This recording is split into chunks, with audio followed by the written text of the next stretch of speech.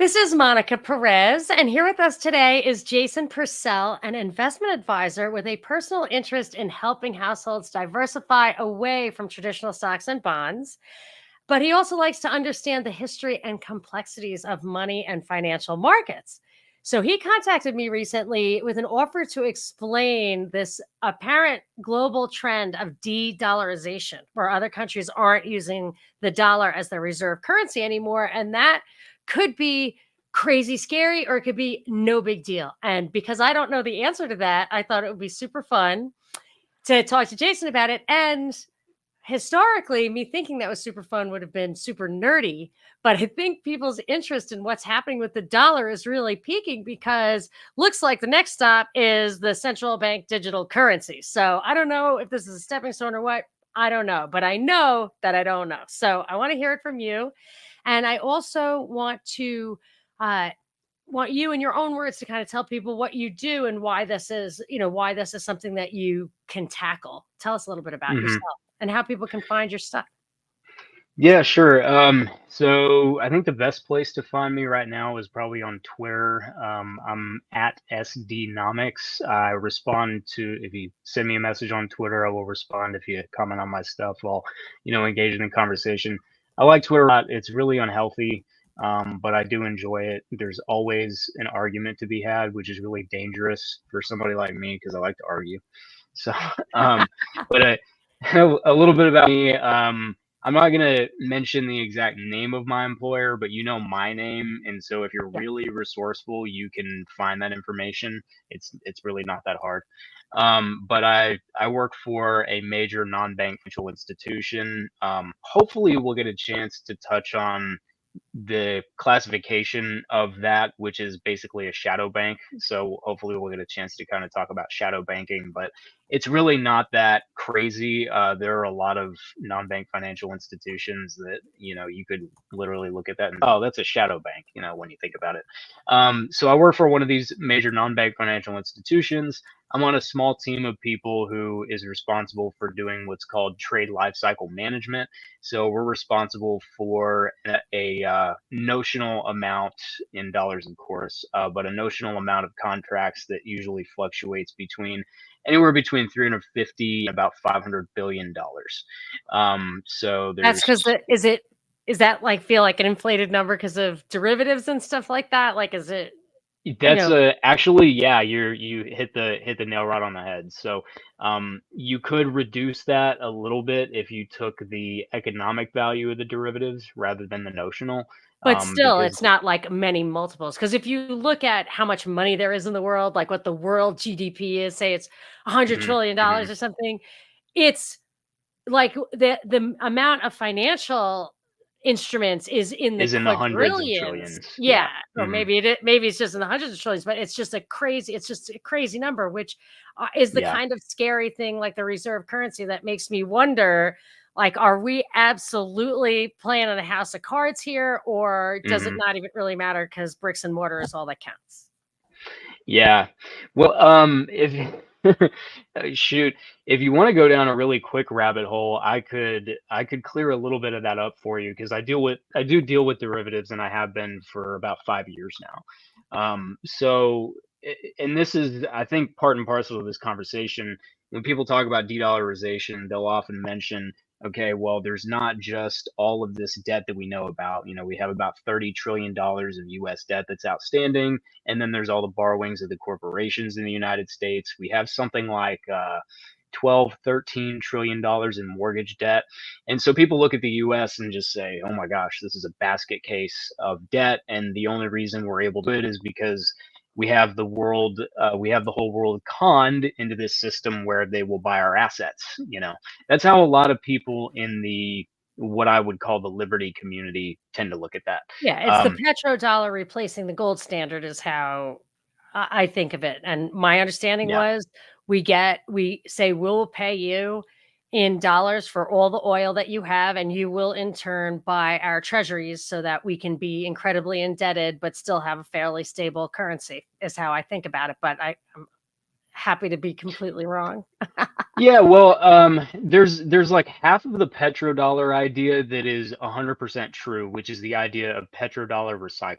And that started to become a Okay. thing in the early 1970s, and you can Mhm. actually find so I'm a big history geek, and one thing that I do when doing research for things like this is I go through the New York Times archive for the 100 and some odd years that there were actual journalists looking and Yes. working there, because it started in 1851, so there's a lot of stuff to work with. Um, but if you go through the archives and you look at like the early 70s, is Do you that have the this? Scylla book? It's Sydney Sydney and Homer. yeah, Yeah, yeah, yeah. I love that yeah. one. Isn't that the best? I asked her for Yeah. Christmas one year, and I got, like, whatever, earrings from Tiffany's instead. I was like, "Come on." Oh shoot. That's not helpful. Anyway, but yes, yes, so history of I can totally relate to finding that fascinating. It is I mean, Yeah. it's those little there was a guy on my show recently, Shane Cashman, who said he likes to take the cubist approach to history, like, look at things from all different angles, and you get a totally different picture, and Hmm. there you I wouldn't even know where to begin of the angles to look at, but that's a great place to kind of flesh out some of the shadows in our kind of historical narrative. So, okay, go ahead. So in the early Yeah. 70s, and then but it went back, Yeah, you said, yeah. to the 1800s? What went back to the 1800s? The New York Times Mm. kind of does. So Mhm, mhm. if you want to just read some really old stuff, just go Mm. and get Mhm. I think it comes with a membership in the New York Times, which Mhm. I understand for a lot of people that's hard Yes. to justify paying for because they're awful, but there's a lot of good stuff Well, in the the archives. archives are, yes, and Yeah. what surprises me sometimes is when I look at old articles, how blatantly propagandistic they still are, and Hmm. also how much they resemble what is said today. Like, I mean, some of the same Yeah. issues are treated with the same talking points, and I just think this is a function of the fact that human beings only, like, stay cognitive for, like, 60 years. You know? Yeah, and then we forget everything from the previous generation or maybe Yes, two generations totally. ago, and we just do the same Yes. thing over and over Yes, again. the memory Yeah. hole. Yeah, it's hilarious, and it's just I Yeah. just think of that, like, if we would just stop. I'm not even that old. I'm not even, 100 years old, but I'm already like, "Oh my gosh, I've heard are they literally doing the whole debt government shutdown thing again?" And people are Oh, like, "What do you yeah. think about that?" It's like, "What do I think Yeah. about I don't think about it. I'm not thinking about that." Yeah. Okay, Yeah, keep Dave going. Smith had a great bit about that where he's like, if they shut down the National Park Service, I don't think the bears out in the national parks are saying, I don't know, did you get an email? Apparently they're not running the services today. I don't know what's going It's on. like COVID if you didn't Um, have a screen. Okay, yeah, go yeah. If ahead. you didn't Yep, have the internet, you didn't know about it. yeah. Or the That's television. right. Yeah. Yeah, truly. Yep. So this was the So that what I was reflecting was the kind of meme of the 70s, right? So and yeah. I agree, like, I okay, so you validated the idea of recycling into our debt, Hmm. right? Hmm. And then Huge, but huge. you feel like there's a piece of what I said that is not valid. Well, it may not even necessarily be what you said. The typical construct of the petrodollar idea that I hear is that, okay, in 1971, Nixon pisses everybody off by going off the gold standard. The reason that people like the dollar in the first place is because it is tied to gold. It's the only currency left in the world that is at that point. So it's the only one that's convertible. But if you get rid of that, then you have all of these people around the world who are now saying, okay, well, why should I? Saudi Arabia, for example, is now saying, okay, well, why should I accept dollars for oil? And so there's this idea out there, which I have really, really searched high and low to find evidence for. But there's this idea, and I've read all these different articles and I've looked at their SIS that claim to explain, how the petrodollar system came to be. And the key piece of it that I dispute is that there's an idea that sometime in the 1970s, maybe 1974, that the Americans and the Saudis came together and they met and they devised an agreement whereby the Saudis would exclusively price and sell oil in dollars, right, in exchange for basically being a member of the US protectorate, which Mhm. the Saudi Arabia is, right? Like that's Mhm. why we I'd say they get to blow up yeah, buildings and stuff yeah, and and jet face it no off the consequences. scene or collaborate to blow up buildings, let's just say.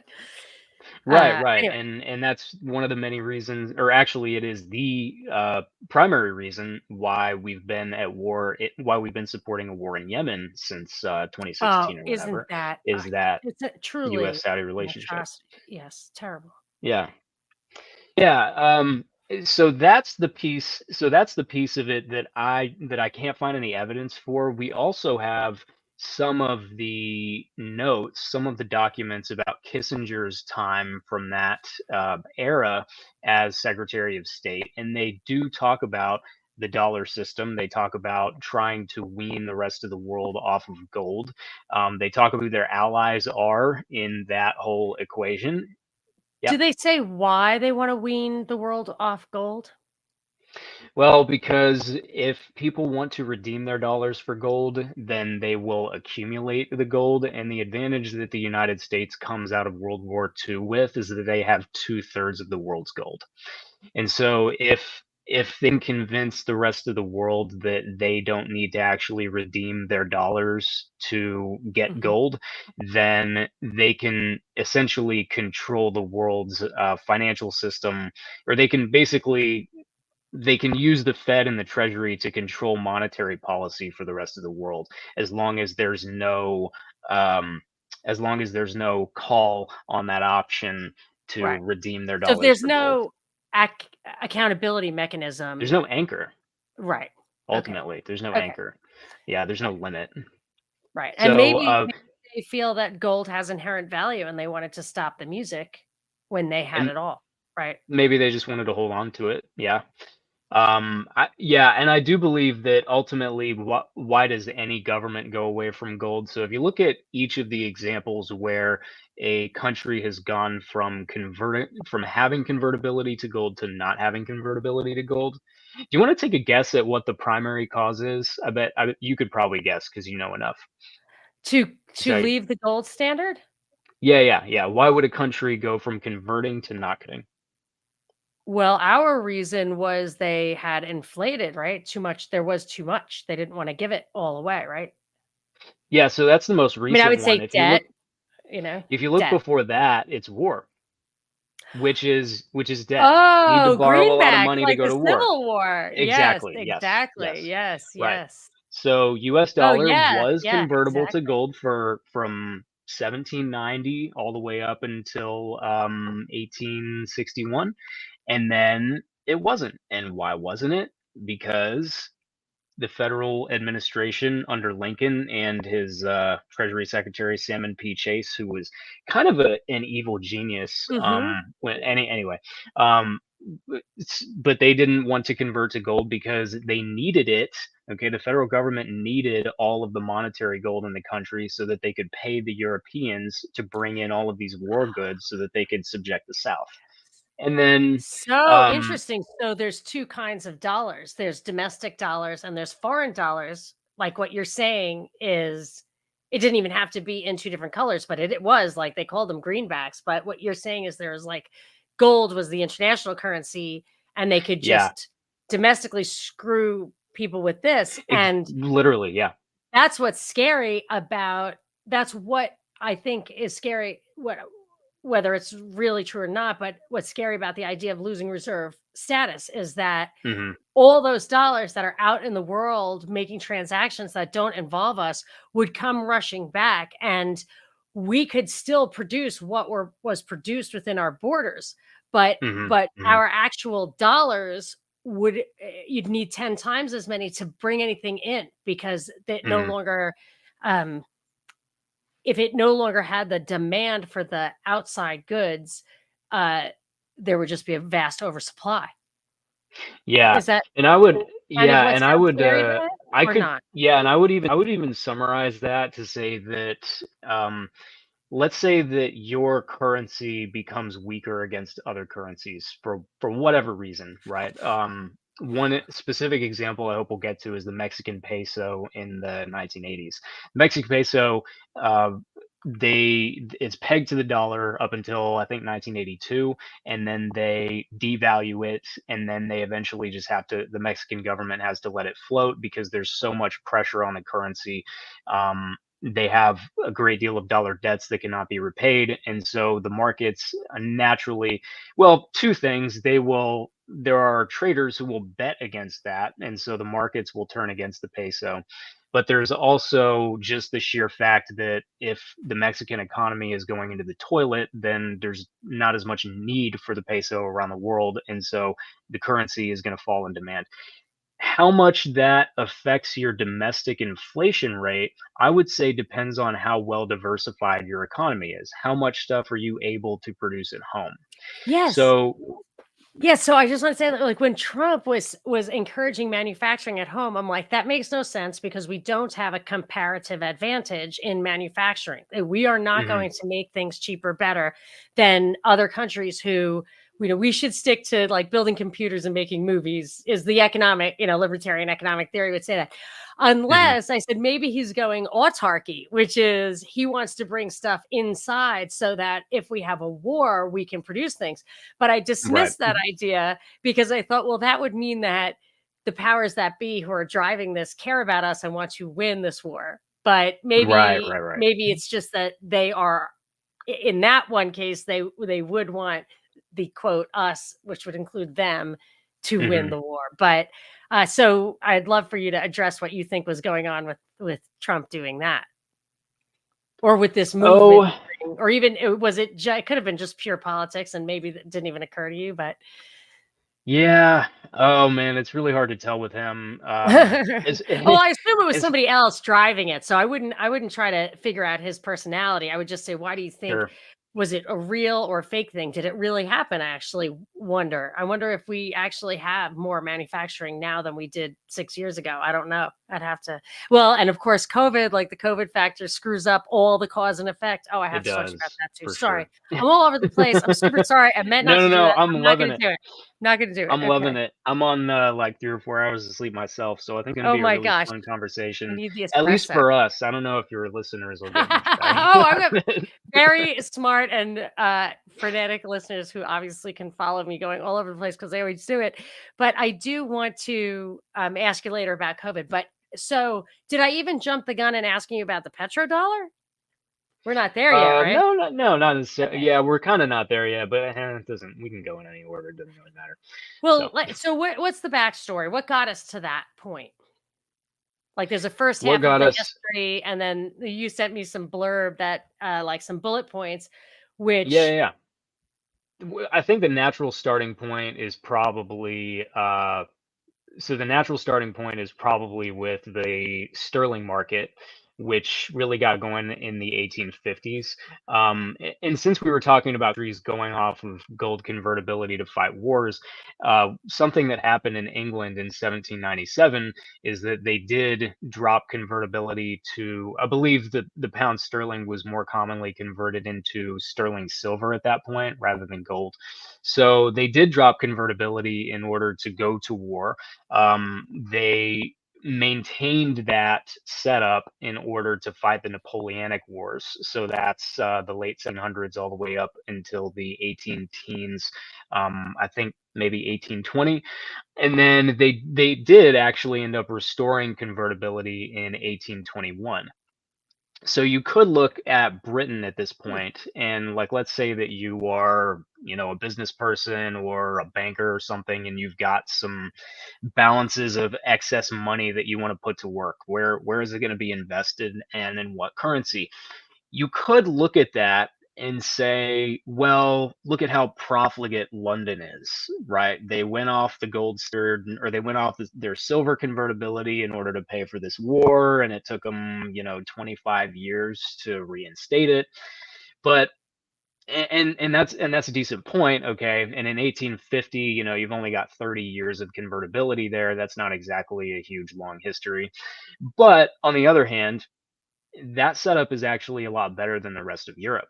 So, in the 1700, in the late 1700s, early 1800s, most of the countries in Europe are kind of at war with each other, and they're all debasing their currencies in order to fight these wars. That's just what they do, and Admittedly, I don't know as much about the specific wars of Europe over those centuries as I should. I was realizing that actually in preparing for this podcast, is that I would really like to go in and kind of get a mental working memory of like, okay, from this year to this year, it was the Franco-Prussian War, and this was when the first Anglo-Dutch War, and this is when the second Anglo-Dutch War was, and all this stuff. But I just don't know enough about it.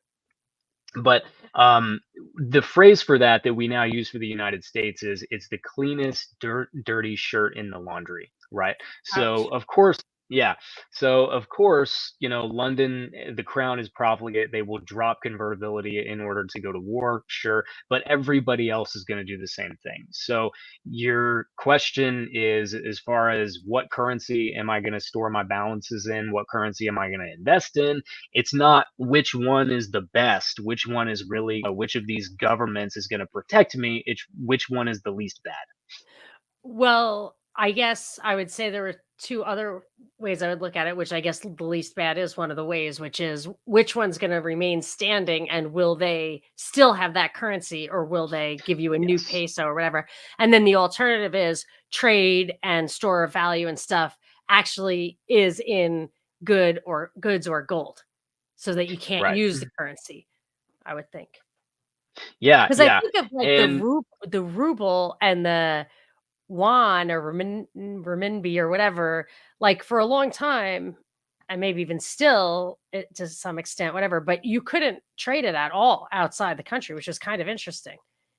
yeah, It was just used like I think Hitler had one of those too, a Reichsmark or whatever. It was like one coin was worth 1 hour of labor. mhm. And that was it, but I doubt he was trading that. Actually, I heard that that's when they really decided to take him out. Was that they're like, Oh, "Oh, wait, really? you can do whatever you want as long as you're not undermining the international monetary system." And Yeah, I could see that. I mean, there's a lot of attention devoted to the international monetary system as far as the politicians are concerned, no matter how far you go back. So, so, but in that, when you have a bunch of countries devaluing or abandoning any kind of standard, I would think, yes, you would. Everybody is looking for the kind of unipolar world order or who's going to remain standing, where's the gold, and maybe that's what's not settled right now for us.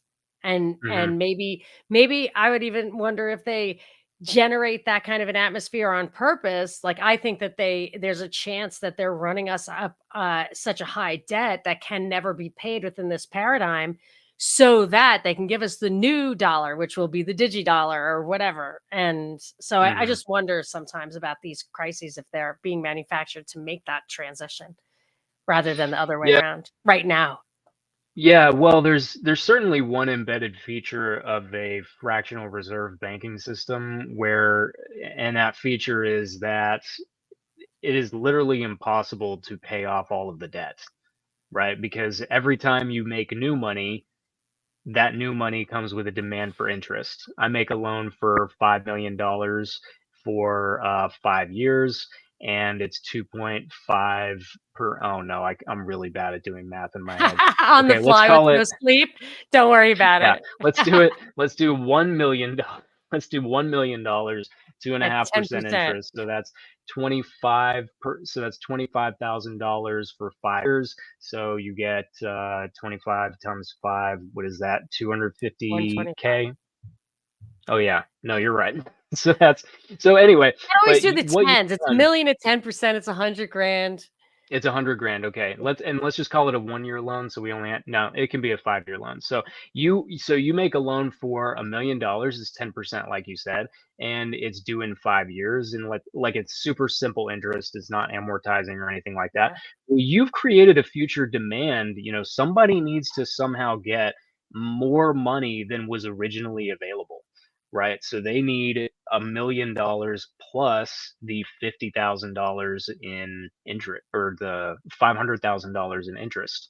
Um, and if when you think about the fact that each and every okay, back up. I'm just assuming here that like uh we're all familiar with the idea of fractional reserve banking, how money comes about through lending, the I think GA so. Yeah.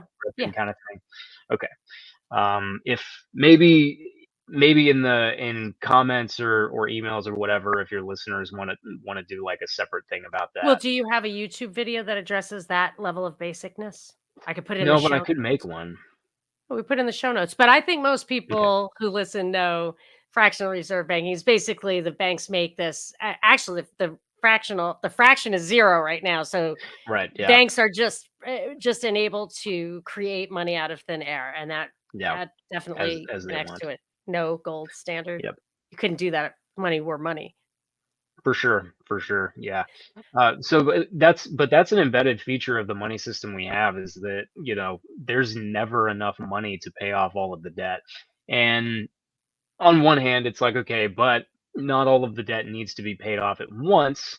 But on the other hand, what that means is that if that credit creation tap or if that credit creation engine ever stops, then somebody is by definition going to default, right? Right. Because with each additional unit of debt, every additional $1 million that you create and it gets sent out there into the ether, that's somebody's obligation to pay.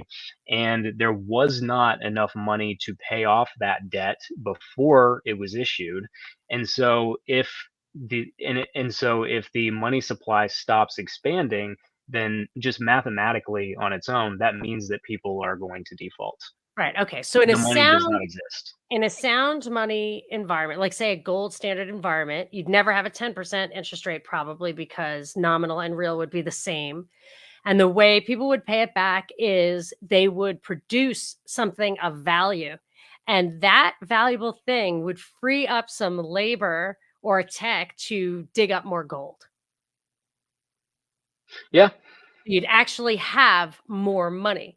But short of that, since money is not real, our system, and not to mention that it is a debt-based currency. They actually rely on that Mhm. to make Yeah, it's to make seniorage. more money, and then they say that that we need more money, that money itself is what makes the economy expand, and I get a little foggy at that point, like, is the velocity of money really a driver for real value? You know what I mean? Is that Right, true? right, But right. I'm done now. Like, you've got like, you've got Yeah, everything. That's as far as I'm gonna be able to really intuit what you're saying. And yeah. okay, so yes, it's meant to collapse if it does not ever expand. Right, right, yeah. If the stock of debt stops Oh, expanding, yes, then people this default on happened. debt. This is what happened. I think this is how I understand what happened. So in 2008, they got to that point. It was Mhm. going to collapse. You were going to have a debt collapse. And they can't have that because that really reshuffles the hierarchy. So people go bankrupt who were, the big the bigger they are, the harder they fall.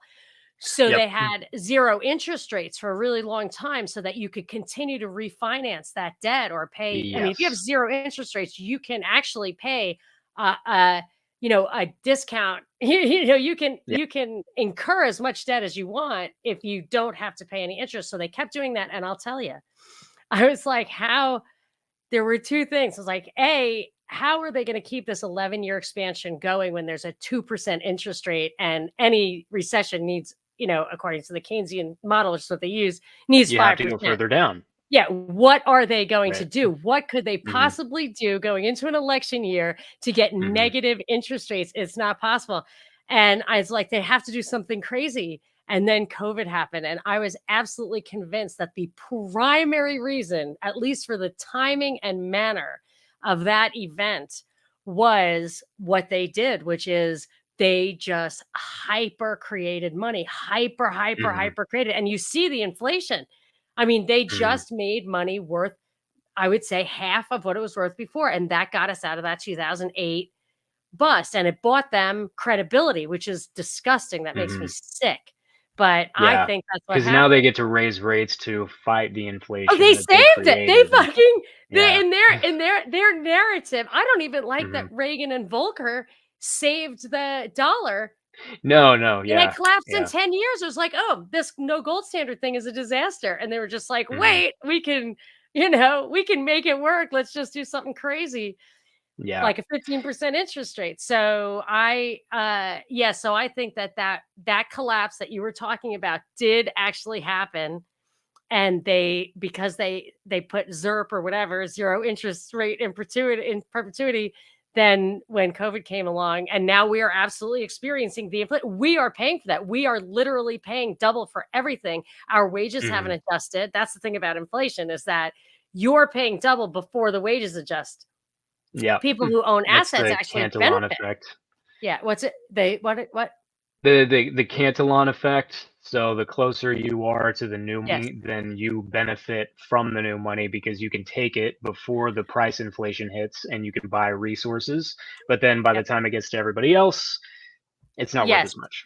And also, I would say, and I've always learned about that, but the people who own the assets already, Mhm. all they have to do is hang on, which is what they'd been doing for Yeah. 14 years or whatever. So all they have to do is hang on. And then I always use the example of a gas station. Like when the price of oil goes up and your Mhm. gas prices go up, the guy behind the register is still making $10 an hour. Yep. Like, He they'll is. run outside and make those prices higher and higher, but the Mhm. holder of assets is the one who gets that delta. Yeah. And that's why Keynes wanted sticky wages. Wanted Yep. to have argued sticky wages were a problem, but sticky wages are fantastic. Sticky wages are great. You don't want to inflate people's productivity away without No. letting them know. That way they don't know. It's really messed up. Yeah. Anyway. Yeah, and then it is good for wages to adjust if it really depends on what kind of regime you have on in controlling the steering wheel. Like in the Great Depression, it would have been really awesome if wages had been super Yes. super flexible. Yes, You yes, know, I don't yeah. I don't disagree with that, but what I'm saying is he uses that term as if it's a Mhm. bad thing, and it Mhm. justifies inflation, but what he's saying is Yeah, right. Mhm. you can't take you can't take 100% of productivity improvements to yourself, Mhm. because the wage earner will demand more. Right. Mhm. And in that, but we want 100%. And I would ask you, as a student of history of stuff like this. My son did, I've mentioned this on the air numerous times, but my son did a second grade project, and I was trying to explain to him the value of the gold standard. And maybe I got it wrong, Mhm. maybe I got it right, but the teacher was blown away, because what we looked at was the price of milk in 1800 and the price of milk in 1900 and the price of Yeah. milk in 2000.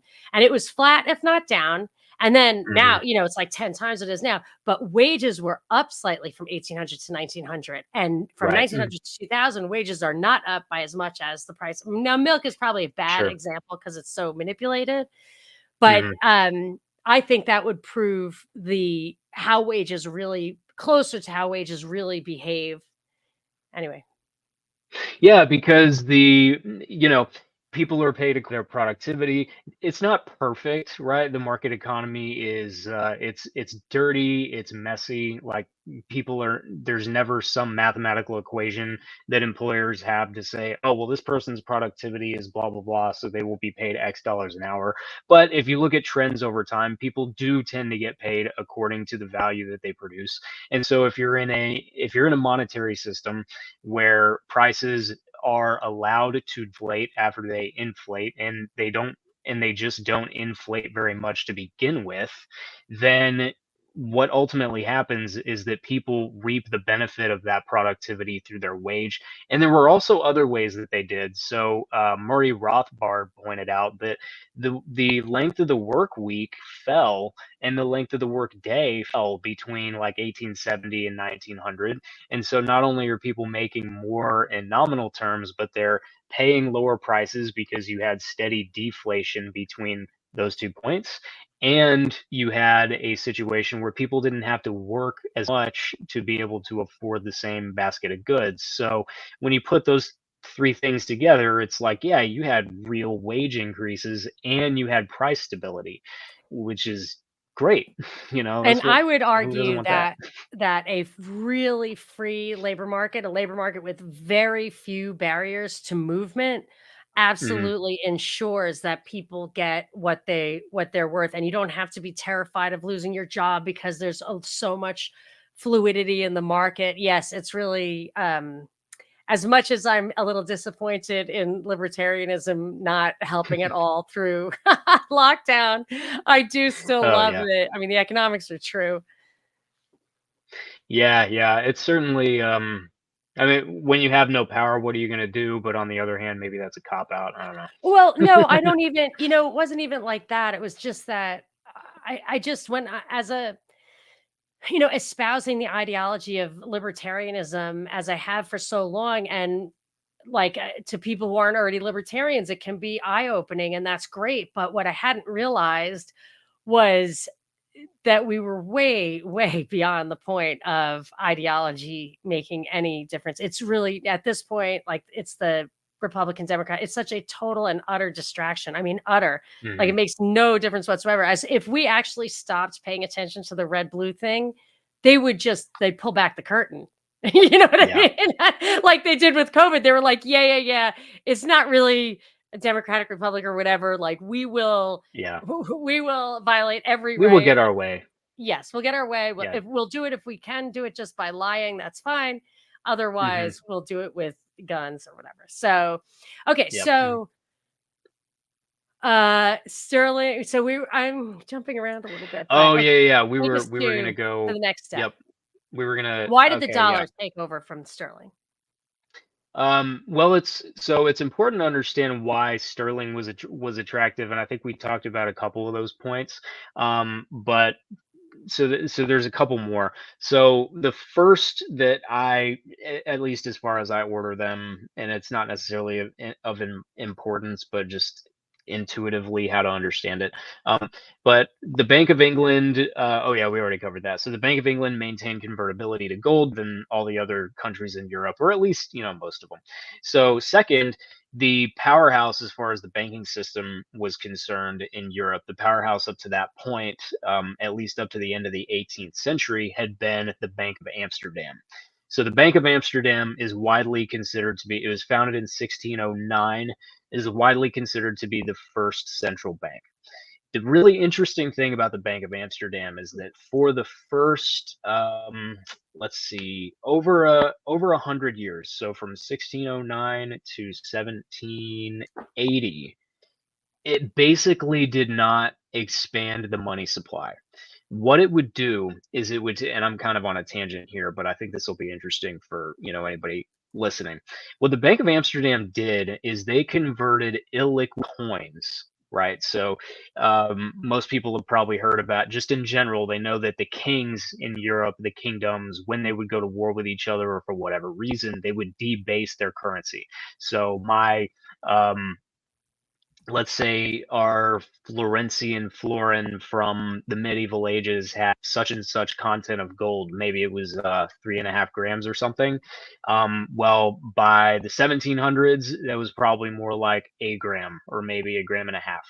This happened all over Europe. The kingdoms would do things called sweating the money, which is where they would melt it down and then they would take the gold and silver content out of it and replace it with cheaper metals, or they would oh gosh, what's the word? They would grind it. So these metals are soft, and so if you just put them in a bag and shake it around, if you give it enough friction, the precious metal will actually come off in the form of a dust, and then you can harvest the dust, and then boom, the king has more money. So this had been happening throughout Europe for hundreds of years at this point, and the currency that people are transacting in is just this chaos, this amalgamation of all of the, you've got florins, you've got ducats, you've got pound sterling, you've got livre tournois from France. So you have all these currencies, and nobody is, it's a lot of work to keep track of the value of these things, and they don't trade well outside of the country in which they're issued. So the Bank of Amsterdam actually solved this problem by saying, we will, so they will quote rates of all of these different currencies, and then we will take your metal currency and we'll turn it into a bank deposit.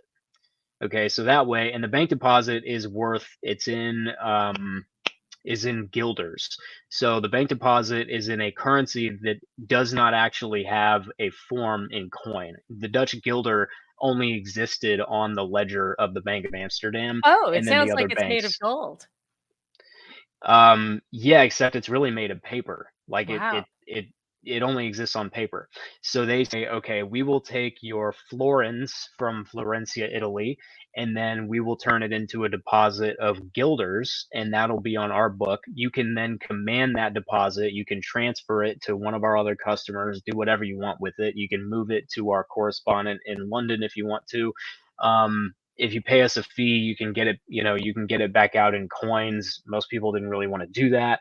Um, so the Bank of Amsterdam was literally a storage house for money, and they would take an illiquid form of money and turn it into a liquid form of money. And if you look at the Bank of Amsterdam's balance sheet from 1609, basically when they started, all the way up until 1780, they really didn't expand credit.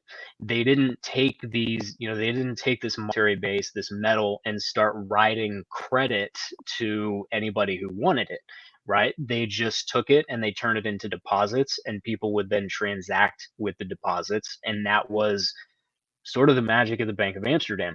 Where they got into trouble was the Fourth Anglo-Dutch War. So they financed the Dutch East India Company, which was doing, I believe, the East India Company was doing a lot of the fighting in the war, privateers and such, and they financed the Amsterdam government and whatever the government of the Netherlands looked like at that time to fight this war with England. What And years was so ish? 1697 or no 1780, excuse me, I'm way off. Yeah, 1780 and 1780. 8. Okay. Yeah, yeah, and that war ended in, I believe, 784, English victory. So the Bank of Amsterdam embarks in this journey of credit expansion, where not only are they taking in, so they no longer have this ratio of one metal to one deposit, right? They expand that ratio to write this credit to the Dutch East India Company and the various governments in the Netherlands, and if they had won the war, they may not have gone under, right? But they lost the war. And so they did go under. By the early 1800s, the Bank of Amsterdam actually closed and it was replaced with a different central bank. And so that created a vacuum for Britain, which beat the Dutch to step in. I wonder what were the terms of the peace. Like, I wonder if England has owned Amsterdam ever since, because the Dutch royal family is a little shady. Like, I don't know if they could be running the world right now, or they could just be a vassal of England. I wonder if that, it's those turning points in history where, Hmm. behind the scenes, the occulted knowledge can last through the ages. So that's an interesting little Yeah. pivot point. Maybe you need to look into whatever the war you were talking about earlier. Maybe I'll look into this one. Yeah, that would be really interesting actually. I would like to know. The people who it was very easy when the Dutch East India Company did finally decide, okay, we really want to take some, we really want some credit from the Bank of Amsterdam.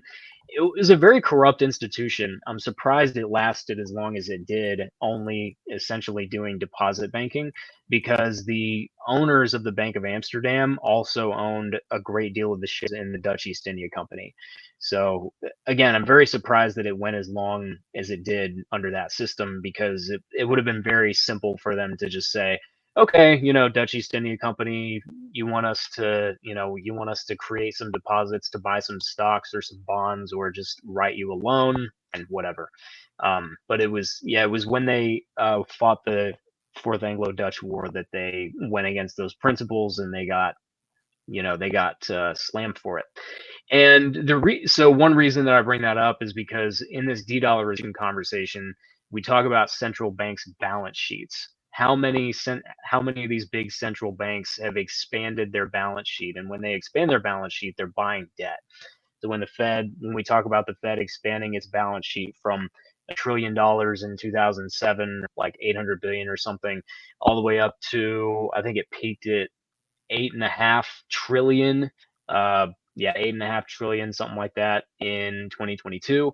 That's balance sheet expansion, and they're doing that by buying all of this debt. It's very similar to what the Bank of Amsterdam did in 1780.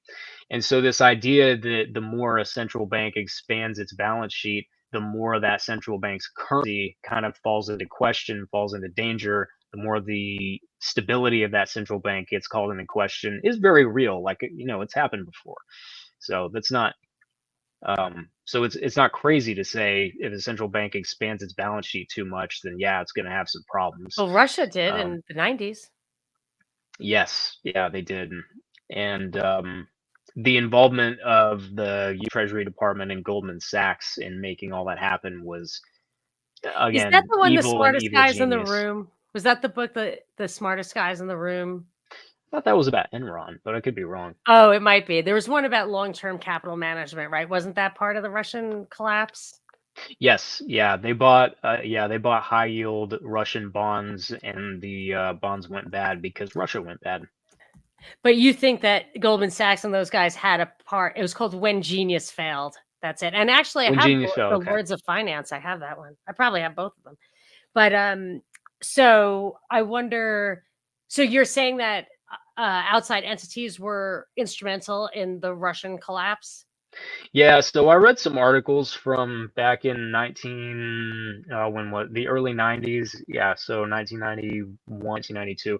There was a lot of debate when the Soviet Union fell about how to disperse the assets, right? Because Oh it yeah, seems very simple I to know a go little bit about this. Yeah, yeah, communism to free market capitalism, yeah, whatever. But what is the method by which you're going to take assets that have been in the arms of the state and you're going to make them available to the population?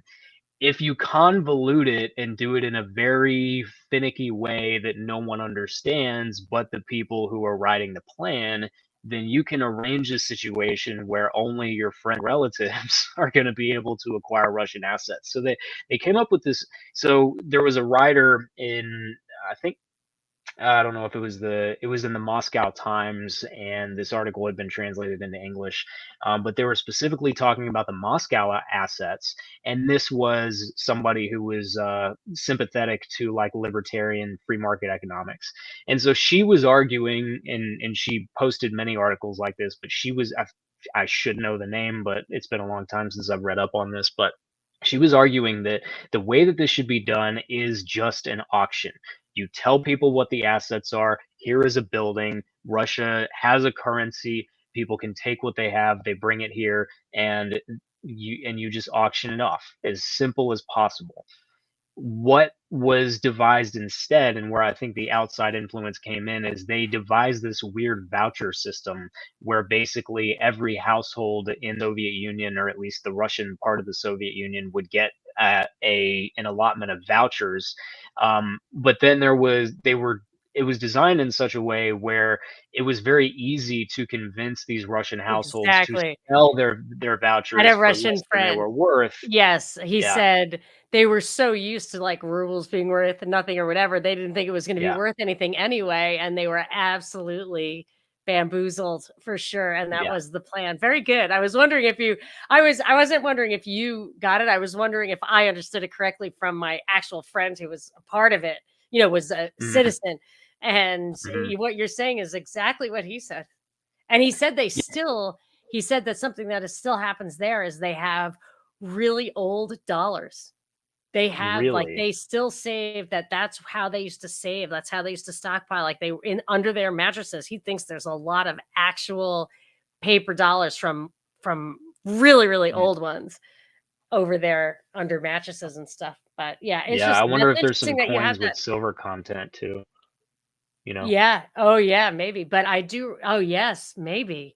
But I think it's gratifying to hear that your stories align because now I feel like that's probably exactly what happened. It's Yeah, valid. yeah, it was just people just didn't know what those assets were worth. It's, like, the one anecdote I heard is that they could buy, you know, 10,000 rubles, or, you pick the number, for just a bottle of vodka, and it was but with those 10,000 rubles, you could then go and buy a building in Moscow. So it was just Yeah. Yeah, insane. they because people just didn't have faith in stock or whatever, shares. And Yeah, I actually when I look at last time I looked, which was probably 5 years ago, of what Russia's debt was, it was only 13% of GDP when like Germany was like 113%. And I thought, maybe going yeah, bankrupt once in a while, maybe having no credit is not a bad way to go. yep. Yeah, I think that one of the greatest things for the United States economy, when it was a fledgling developing basket back, just after the revolution, was they actually allowed their continental currency to fail. And that is literally what Ludwig von Mises, and I think it's the theory of money and credit, but I could be wrong. The right thing to do when your currency comes under pressure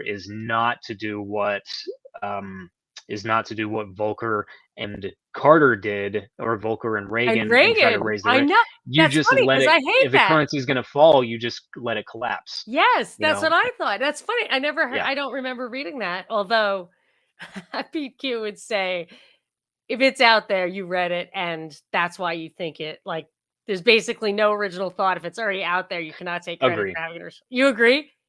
Oh yeah, totally. Yeah, Yeah. because he says that the New York Times crossword puzzle is easier to do at night. Really? So so all the people who do it in the morning are using those words all day, Oh, and then yeah. you think you've got it, Mhm. but you're That's you so interesting. isn't that interesting? Even if it's not true, like, it's still true. Yeah. It has to be true, and even and in a micron amount of movement, it has to be true.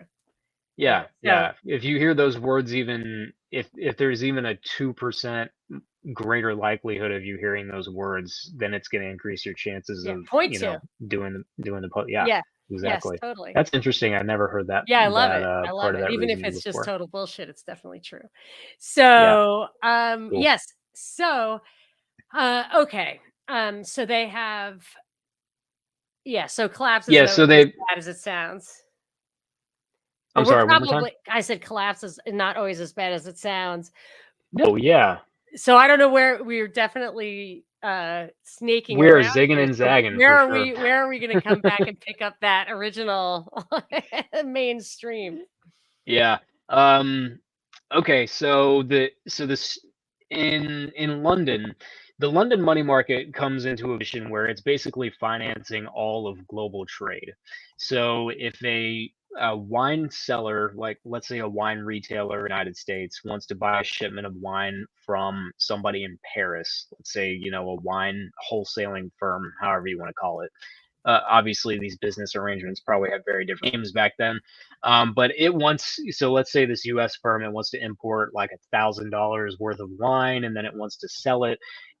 They're not going to do this in they're not going to do this in dollars, and they're not going to do it in francs either. And they're not even going to really settle it between banks, just between France and the US. So what's actually going to happen is the bank of the US importer is going to have a correspondent in London, and the bank of the Parisian, or the French exporter, is going to have a correspondent in London. And ultimately, that's where that trade is going to settle. It's going to happen in the London money market rather than New York or Paris. And the reason that they do that is because there ends up being a very active and what's called liquid money market in the city of London. So it's very easy for these banks to take all of this credit, being this very short term credit. When we talk about credit, when it comes to trade, we're talking 30, 60, 90 days. It's not, this sort of 5-year loan or a 30-year mortgage or anything like that. Super short term. But the London money market gets really good at handling all of this trade activity from around the world. And so it's a very attractive place to park some cash. Like, let's say that you're a wealthy citizen, or you're a firm with a lot of excess in France, and you just want a stable place to invest and earn some interest. Through your correspondent in Paris, or excuse me, through your bank in Paris, they will make arrangements with their correspondent in London. Your balances will essentially be forwarded, converted into sterling, and you'll be earning a sterling interest rate. So they really smoothed out these sorts of arrangements in such a way that it just became a very attractive place to park. It became a savings account for the world, and it also A became a clearinghouse. source of, yeah, exactly, really a clearinghouse, and a source of import export credit for the world. And so, while the Bank of Amsterdam was, the first central bank as most people know it, the Bank of Amsterdam wasn't playing as big of a role as the Bank of England was, and the Amsterdam Financial Center wasn't playing as big of a role as the City of London was. So these are things that really got going specifically in the mid 19th century. That's when you really had like all the components of a truly reserve currency that we see today. The sterling, at least the way that I see it, I've read, because there's a lot of people will say, at some point the French franc was the reserve currency and the Dutch guilder, and then before that it was like the Spanish silver dollar. And the way that I see it, there's a little bit of truth to that, in that there was some international use of those currencies. And Amsterdam did truly innovate in how they took those metals and they turned them into deposits that people found it very easy to use, and a lot of people did use. A lot of traders, firms, other banks. But the first currency to really play all of Hold the on. roles. That is very interesting, but I did think that the Knights Templar during the Crusades were really the first ones to use paper to represent, like on a widespread scale, to represent metal in a bank. But this, what Amsterdam did was a little different because it was about the problem of competing currencies. Yeah, I would say yes. So in the London money market, what would happen is that so you had this trade activity. People are not paying in paper currency; they're paying in these things called bills of exchange. Those bills of exchange originated in the era that you're talking about, which is the Templar era, basically the Middle Ages. And so you had the Templars who would use these things, and they would use them in order to be able to pay for things outside of the city, but where they would start their expedition. So I keep using Florence as an example, so let's just say Florence again. But now I'm down in the Mediterranean somewhere, and so I need to get some coin out of a storehouse in order to buy some stuff for my expedition. Okay.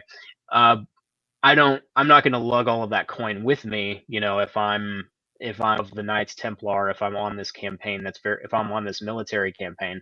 So what the bankers do back in my home city, let's say it's Florence, is they write me a bill that says that I'm entitled to, 400 ducats or 400 florin or whatever the currency is in one of those different cities where that banking family has a correspondent. And the thing about, and I'm glad you brought that up, because I did a little bit of, actually a lot of research on medieval banking just a few days ago, and as there's it, a book on it. as one does.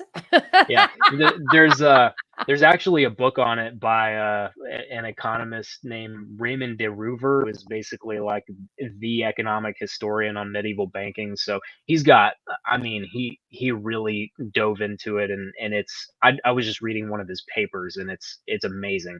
Um, but the way that banking would work back then is they would use these bills in order to say, hey, I am a customer of such and such banker back in Florence. Let's say it could be the Medici's, right? I'm a customer of the Medici's back in Florence.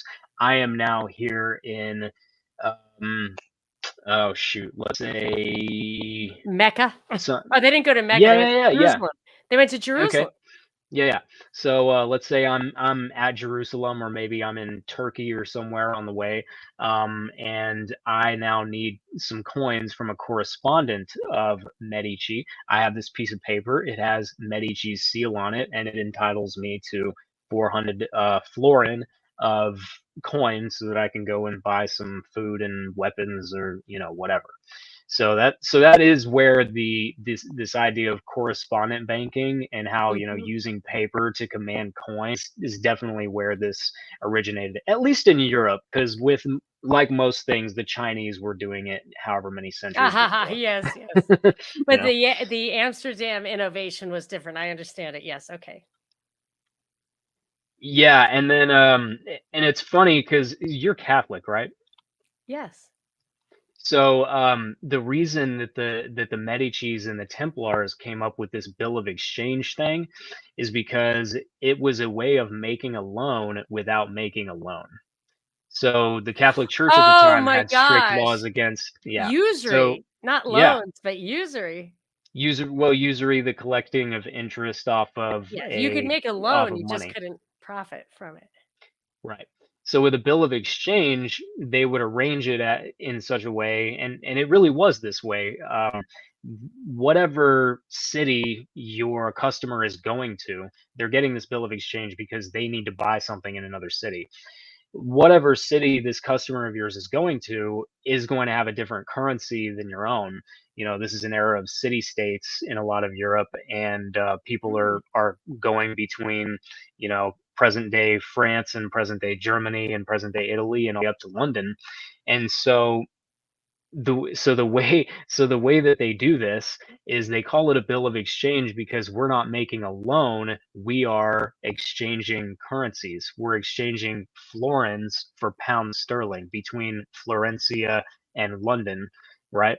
We're not making a loan of florins to be paid back in florins with interest. What we're doing is we're advancing Yeah. florins to exchange for pounds in another city. And I agree with you that in the spirit of the rule against usury, that does not violate it. And there should be fees for services such as that. And I also think that when you get down to like financial investing, I think the idea of usury is a little bit different. I'm not defending interests or used whatever. I think the church went wrong in abandoning that, Mhm.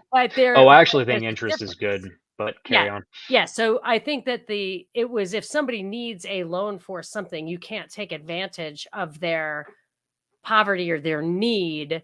Mhm. But if you are trying to speculate on something, then yes, of course, you should be compensated for the time value of money, for the risk, like all of those things. I don't think violate any kind of moral law. And of course, it motivates people to. So I have a sister who she's like the bank of our family. So Mhm. when everybody needs any money, always I've asked her money many times. I always pay her back, whatever, and she charged whatever 3% interest, 5% interest. Then she stopped charging interest because she got it in her head that it was bad, and I'll Mhm. never borrow money from her again. It was almost like an evil plot, like because I don't wanna take her money. I wanted it, I was Yeah, like, I would give her more than the bank. I was like, "Hey, give me the money, I'll give you 5%." exactly. It was great. It was a Yes. great system. However, if I were on my ass and she's like, "I'll give you the Right. money for 25%," you know, yes, she's going You to don't wanna hell, do that. but yeah, so I think that I don't know the moral law on usury, but I do believe that there are nuances. Of course, my friend, the priest who listens, I'm gonna get an email. He's gonna tell me like the whole story or whatever. Actually, he'll say it was good that you pointed that out, but this is a nuance that you missed and whatever. But yes, I will probably have to get a little educated on that. But yes, I think there's a good thing and then there's the exploitation. If that does happen, just please copy me on the conversation because I would just love to read what he has to say. I can I tell just don't. by your previous life that you probably have Catholic roots yourself because you were an Irish dancer. A professional Irish dancer makes me think you're Irish. Yeah, close You're not Irish? I never heard of an Irish dancer who wasn't Irish. oh, well, so Purcell is an Irish name. It Yeah. originated in Tipperary, and it was yeah, it originated in Tipperary for sure. The problem with my genealogy is that I went, and maybe it was a vanity project, I don't know, but I'd go and do the ancestry thing. And the issue is that while they came from Ireland, that was like back in the 1680s. So I'm just kind of American, I don't I Oh, could you're say like a practically Mayflower. So why would you do Irish dancing?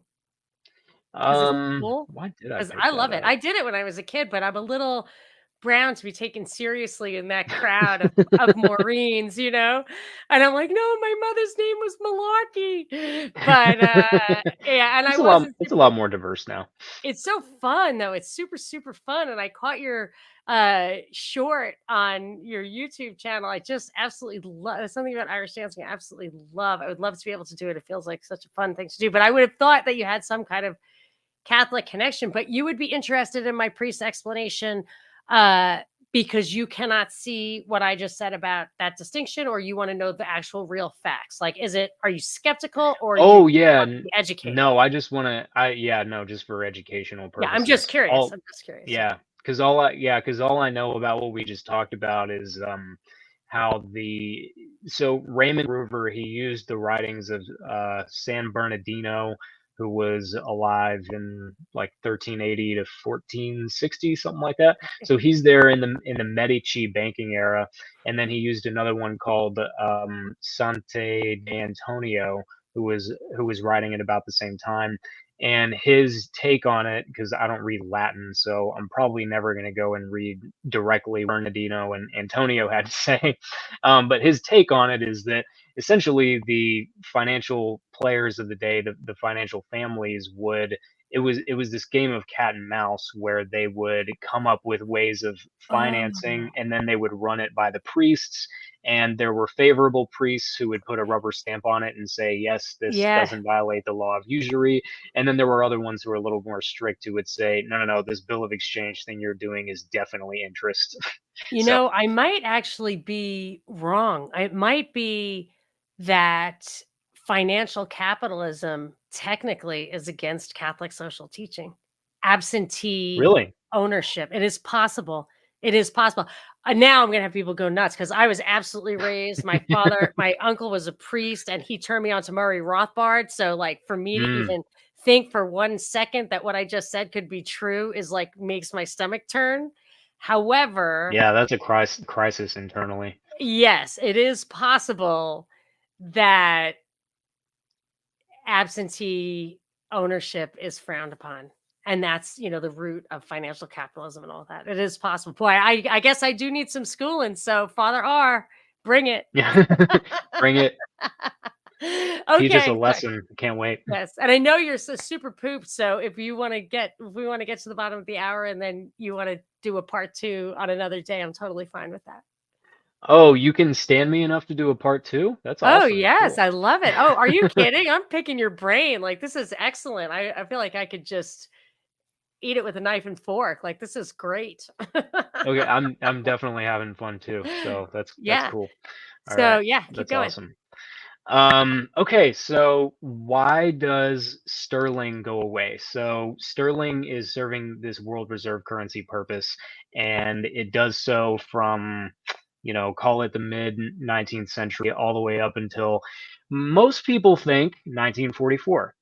Um, so there's a quote about this that I want to read off from an economist named Perry Merling, who is a super expert on money and banking, and he's not a libertarian or even dissident type of thinker in the slightest. He's a very mainstream guy, but his take on this, and he just said it in an interview one time, is he goes, so most people think that the global monetary system was created in the mind of Zeus in a little hotel in New Hampshire in 1944, and that is just a myth.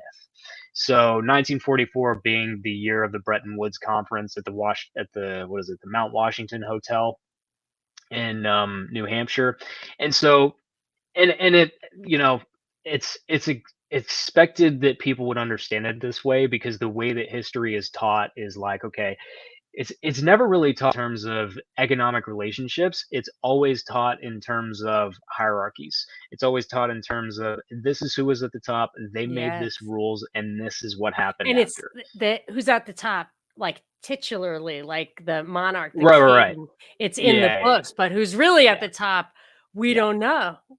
Like Abe Lincoln, you hear about Abe Lincoln, you don't hear about Salmon P. Chase, and Yes. how Salmon P. Chase and his mate Jay Cook, who lost his ass in the Panic of 1873 and was America's biggest investment banker for a period of several years, was actually responsible for designing the monetary system that proceeded for 50 years after the Civil War. Like, you don't hear about that shit. If No. you read Murray Rothbard, you will, because Yes. that was Murray Roth's game. He was like, and this was a really good friend of this guy, and so they came up with this Oh. policy in order to sell the, Ooh. you know, Oh, I like that. That's what Adam from Deborah Gets Red Pilled calls, parapolitics or metapolitics, but it's when you yeah, connect those dots behind the scene. That's a good one. That might be a good Yeah. one. Okay. It's just the simple idea that it's kind of important to know who's making the rules. At least some. Yes. There may be more information embedded in who's making the rules than what the rules actually are. Yeah. But sterling serves this global purpose for basically all That's the way up actually a until World very War One. important point that you just made, because what the rules actually are, it's very hard to penetrate what the intended Right. consequences really are. But if Yeah. you know who it is, you know what they're after, and then Yeah. you can reverse engineer, well, I can see how that could happen. Mhm. Mhm. Interesting. And that's Exactly. why we Yeah. are not you, but I don't know what you are, but that's what the conspiracy theory approach to history is that, well, if you Mhm. know who's behind it, then you understand that those consequences were intended.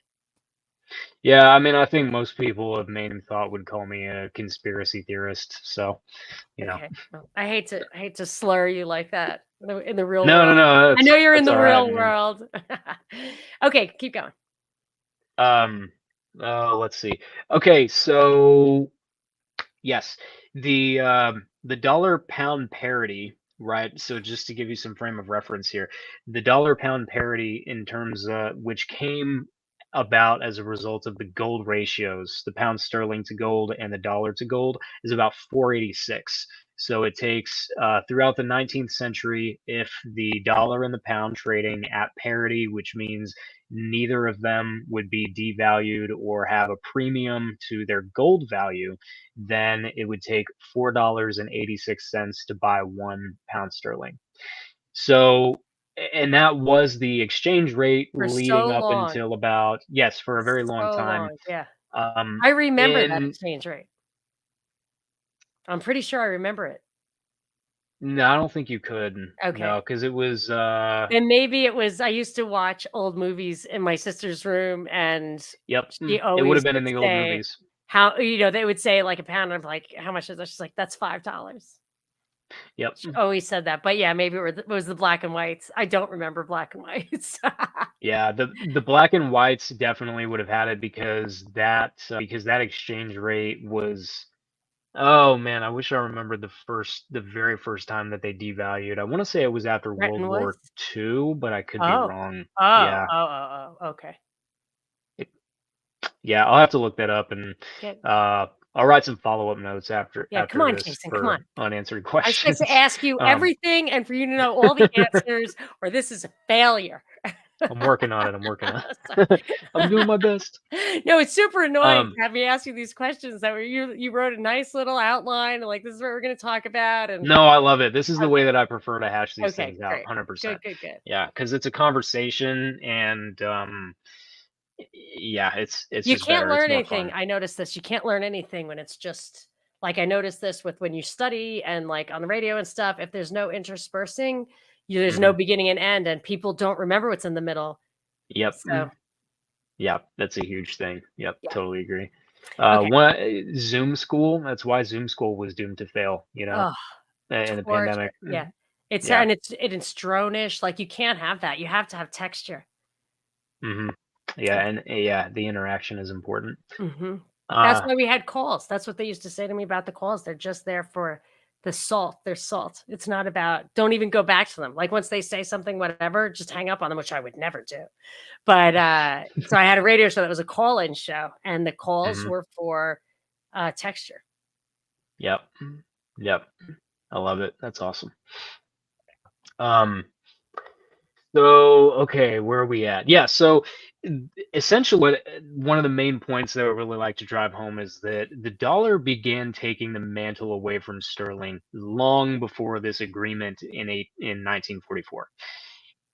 The other thing about the agreement in 1944 that people need to understand is that nobody wrote in the Bretton Woods Agreement that people now had to start transacting their international trade in dollars. Right? Like that's not part of the agreement. As far as the currency that people choose to hold their savings in and the currency that again, thinking about the US importer and the French exporter, there's no iron law within Bretton Woods that says they have to transact in dollars. When somebody in Brazil buys something from Russia, there's no iron law that says that they have to transact it. Like, that's not a part of Bretton Woods. It is literally the international money market that decided that that was how it was going to be, and it happened gradually over a period of a couple decades. So what happened in World War One is that essentially this was the first boost to the United States.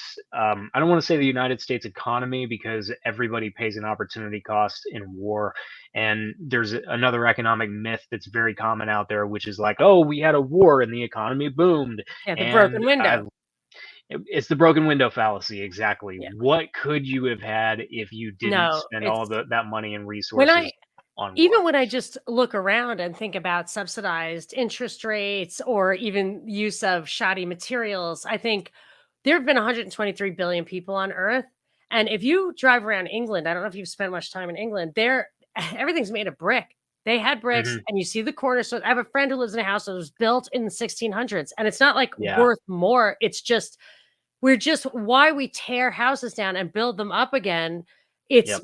it's like Bonkers. it's that thing. It's that fallacy. I mean, it works Mhm. because transactions is where people make money. That's like another problem with the kind of financial capitalism thing is that transactions have a lot of value to these people. So, Mhm. but think of the amount of even like spiritual and intellectual progress we could make if we were freed up from just every single lifetime starting over from scratch to build the Right. house and make the clothes. I mean, it's really a tragedy. Yep. You gotta rebuild London because it's been bombed out all through World War Yes, II. You yes. gotta rebuild Richmond because, William T. Sherman completely destroyed it, civilians And we included. do it Anyway, ourselves that's a now. That's yeah. why I hate interest rate manipulation. I even hate the interstate highway system. I don't like wars for oil. I don't like any Yep. of these things that subsidize transactions because then uh you would correctly value those trade-offs. And I And you think would value space. You would value space and the time that it takes to travel. If yes, a firm had to create their own infrastructure yeah. surround in order to get to wherever that office or wherever that storefront was located, they would co-locate a lot more.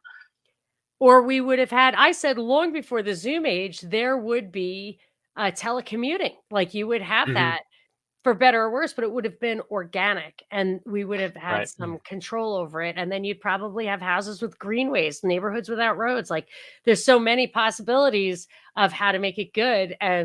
But you relinquish control and they have they take these things that are good or bad and they plug it into that central vision they have. I don't know if you've heard about Mhm. 15-minute cities and stuff like that. It's like Oh, a yeah, for sure. story for Yep. another. Yeah, I did a lot of shows on Yeah. that, but yeah, I mean, it does matter that how they control the infrastructure, whether it's like physical or financial.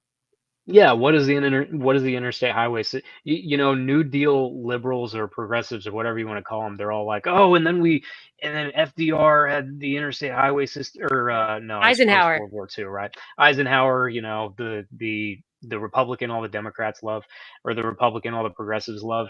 We had the interstate highway system, and that made the economy boom, and it's like, you know what else the interstate highway first of all, it didn't make the economy boom, okay? A road is very simple, and we've had roads for hundreds and hundreds and thousands of years. Okay, there's nothing magical about a road that makes your economy boom.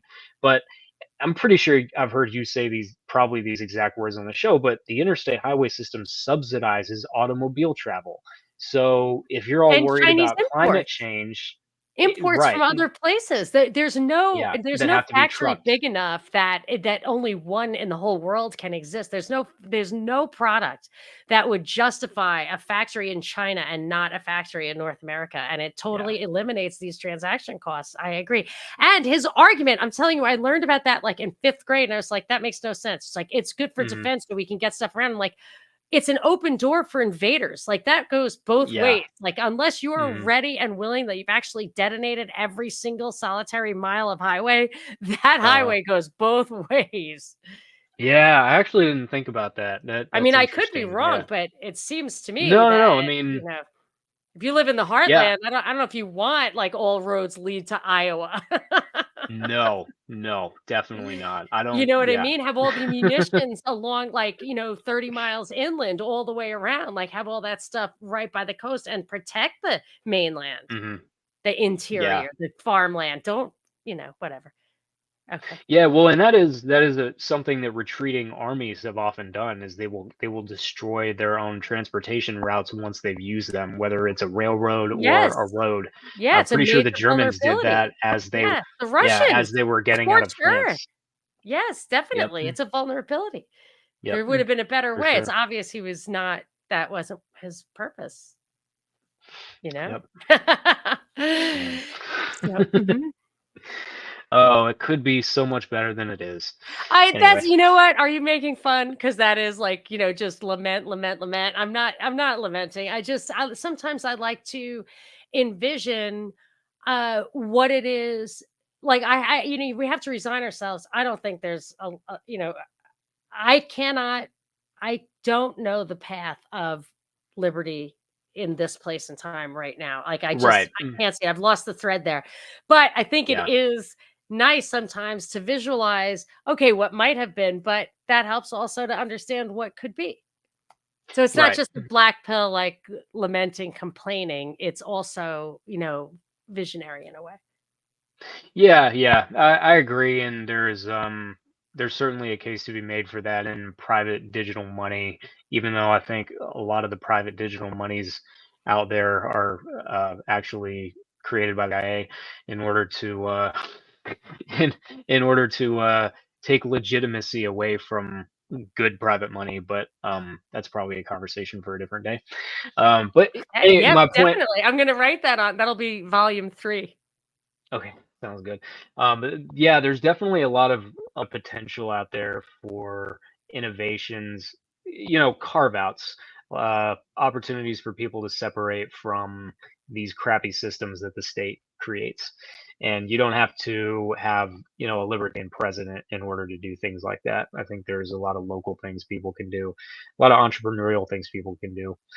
Um, so yeah, I definitely I try my best to approach it from a place of hope rather than, blackpilling like you said, for Yeah. sure. I mean, and these people who obviously have a disproportionate influence about over where the world is going, I actually do not think that their goal is to destroy humanity and the earth. Like it might be, No, they need it because but that's yeah, what I makes don't the th- profit. yeah, they don't really believe. I don't really think they believe that they're ascending to another planet or Right. entering into the afterlife. I mean, they want cool places to go and they want to do so. Yep. Like I feel like it's not as draconian as all that, but it would be nice if we weren't the whatever, just considered subhuman because we don't pull the strings. But anyway, okay, so Yeah. where are we in our narrative? Yeah, so we're at basically between World War I and World War II. So, this era here is where the United States dollar starts to take over these roles that sterling is playing. It's like you said, a clearinghouse for international trade and people around the world, be it firms, banks, and to a certain extent governments. There were several governments, believe after World War I, that decided to start pegging their currencies to the dollar. Now, you did have other governments, especially in Europe. In the Great Depression, you had what was called the Swing Bloc, which was made up of countries that went completely off of the gold standard. And so instead of gold, they pegged the value of their currency to the pound sterling. And so that was definitely a thing. But I believe by the 1920s, and I'll go back and double check that, but I believe the first few countries to start pegging to the dollar came about in the 1920s, and it was common in South America. Um, so over here on our side of the pond, a lot of this foreign trade business between South America and its trading partners in these different countries was being done in dollars rather than sterling. And the way that we know that is actually, again, another super mainstream source who wrote Exorbitant Privilege and another book about the dollar, about the dollar system. But his name is Barry Eichengreen. He used to be a Federal Reserve Board governor, I think. So super mainstream. But what he did was go back and look at, okay, if trade is being financed in dollars, trade is being done using these money market instruments that we talked about earlier, these bills of exchange, which is essentially a promise to pay some currency in 30, 60, 90 days or so. And those, like we talked about, they originated all the way back in the Middle Ages. Now, if the dollar is starting to take over as the reserve currency, then when we look at the balance sheets of major London banks or major banks around the world, then we should start to see a lot of those bills being denominated in dollars, which is to say the promise to pay is in dollars ultimately rather than sterling. We should start to see that in Oh, this time. interesting. And so that's the Interesting. evidence that he uses to kind of show, okay, as you go through the 1920s and the 1930s, you start to see more of these bills stack up in the city of London. And the interesting thing is that this activity is being done in London, but it's happening in dollars instead of So sterling. so it's the demand that's driving the supply, and then what do they do about the supply? They have to meet the supply, Um, yes. and but fractional reserve banking allows that. So what year are we talking about here? So this is the 1920s up through the Great Depression. And now international trade kind of broke down in the Great Depression. So that And is but we a had fractional reserve banking by then, right? That was post-Fed? we had fractional reserve banking even under a gold Before the Fed? standard. Yeah, yeah, Before the yeah. Fed. So even on the gold standard, But this is still a banks gold were. standard a little bit, right? Oh yes, yeah. So the in Right. the era we're talking about, we have a Fed and we have a gold Right. standard. Mhm. Yeah. So yeah, so that's what we're Okay, talking so about but I during think the. I was just trying to understand that. So it sounds like the obligation to pay in dollars preceded the actual dollar being created to or is that not correct? I actually so the source is if going back to the sterling system, what ultimately made financing trade in that particular currency possible was the desire for participants in the economy all over the world to hold that currency.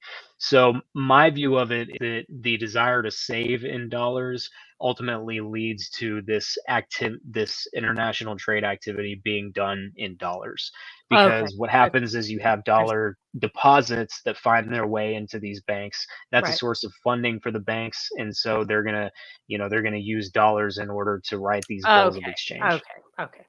So that's that one is as far as which came first, the chicken or the egg. Again, Yeah.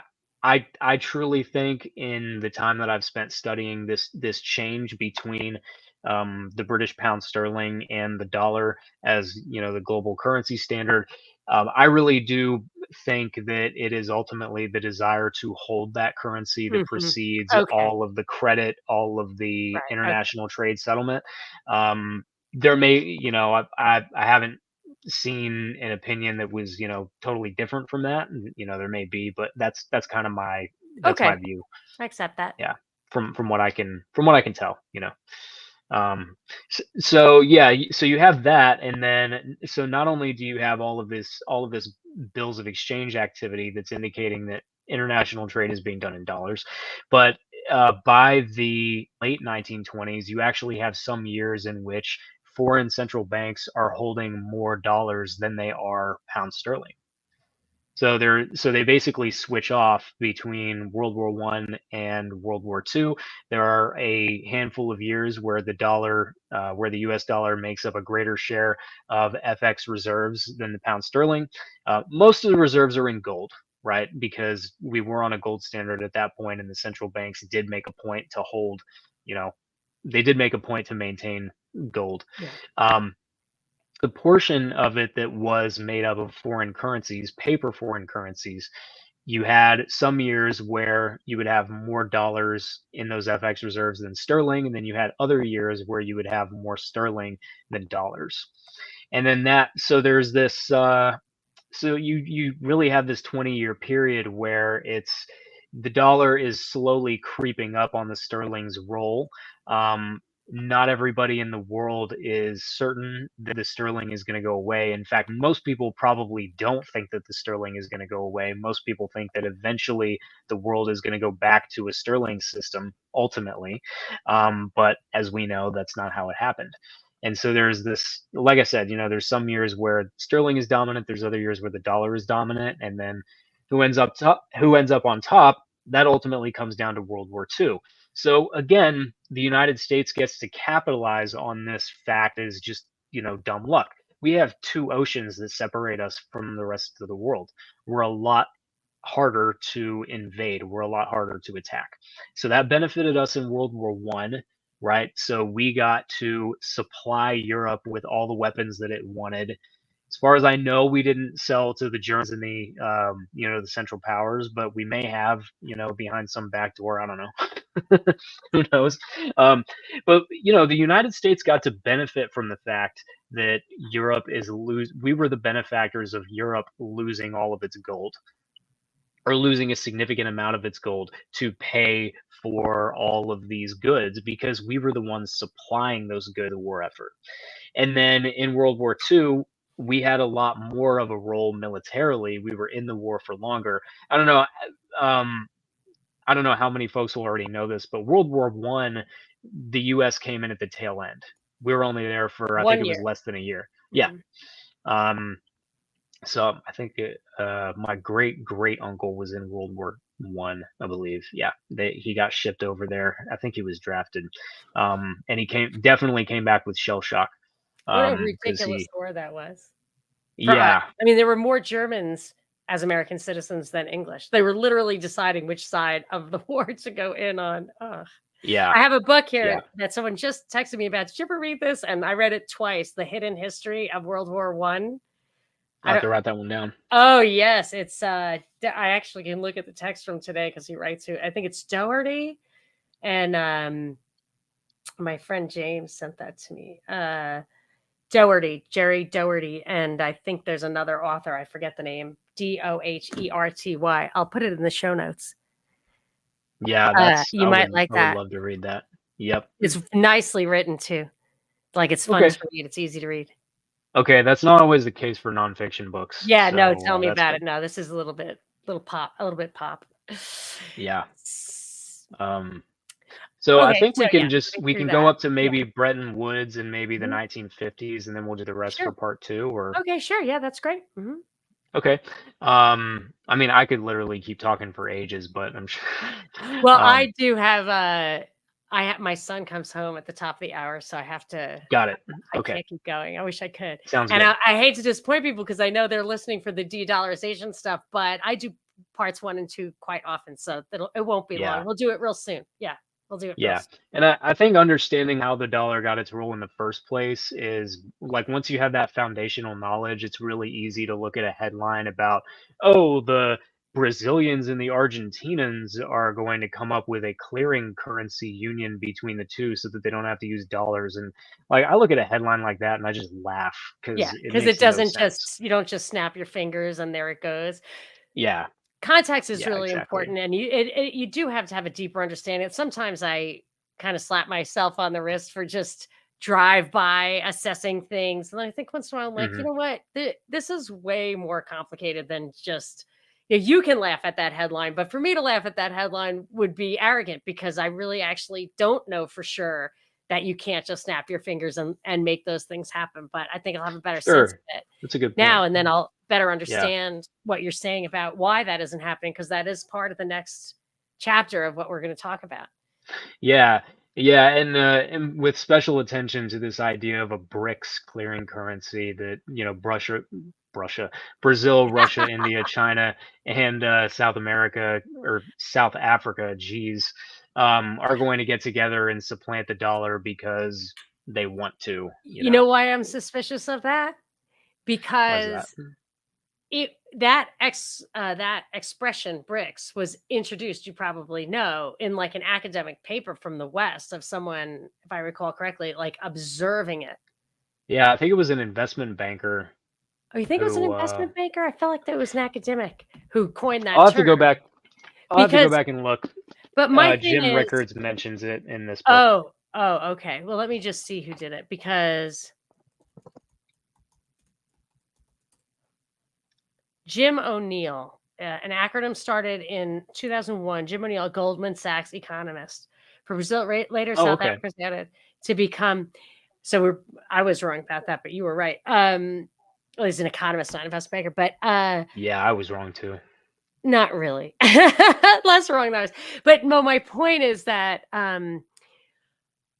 when you see something like that get a lot of air right Mhm, away, just really take off right away, even though it seems like it's equally likely that 100 other things would happen. And then mhm, even like 10 years later, when it kind of felt like it was stalling, I was like, are people still saying bricks, blah, blah, blah. And then, still and still and still. And then, and now again, it's still in the news. And that to me, it feels like that was a little insider knowledge that this is something that was going to be supported. It wasn't just an idea or an observation. It was really a plan. And whether it mhm. gets comes to fruition or is it just used as a foil, I don't know. But it feels artificial to me, I guess is what I'm saying. Yeah. Yeah, and I would say that it's not organic, and the way that sterling took over the world was not on purpose. The people at the Bank of England never said, "Oh, hey, we want to be responsible for clearing all of the world's trade in our banking system." They never set out to do that, but it's just what happened. And even the Federal Reserve never really wanted that responsibility either. There's a lot of discussion is in the basically between World War II and like the 70s of kind of how much of a pain in the ass it is to be a reserve currency, because whenever things go bad in somebody else's monetary system, everybody goes to your central bank and says, "Please give me some dollars, otherwise my economy is going to collapse." And Did you so, did you ever hear that like Montague and those guys cooked up the Fed as a backstop for the European central banks because they didn't have the flexibility to do it? well, yeah, I think that's what Murray Rothbard kind of gets at in Okay. his History of Money and Banking. Do you think Yeah, that's because true? Montague, um, I think that the reason that they wanted a central bank in the U.S. is because they were tired of what happened in the U.S. ending up on the Bank of England's doorstep. I certainly think that was part of it, but also because it would just be easier with central bank coordination. It would be easier to have a cooperative government in the United States, I think. Because the people who organize the Federal Reserve System and the people who were managing the Bank of England at the time were all very well intertwined. We're talking about J.P. Morgan, Warburg. I don't Right. think I It was forgot an when international exactly Montague endeavor. Norman was.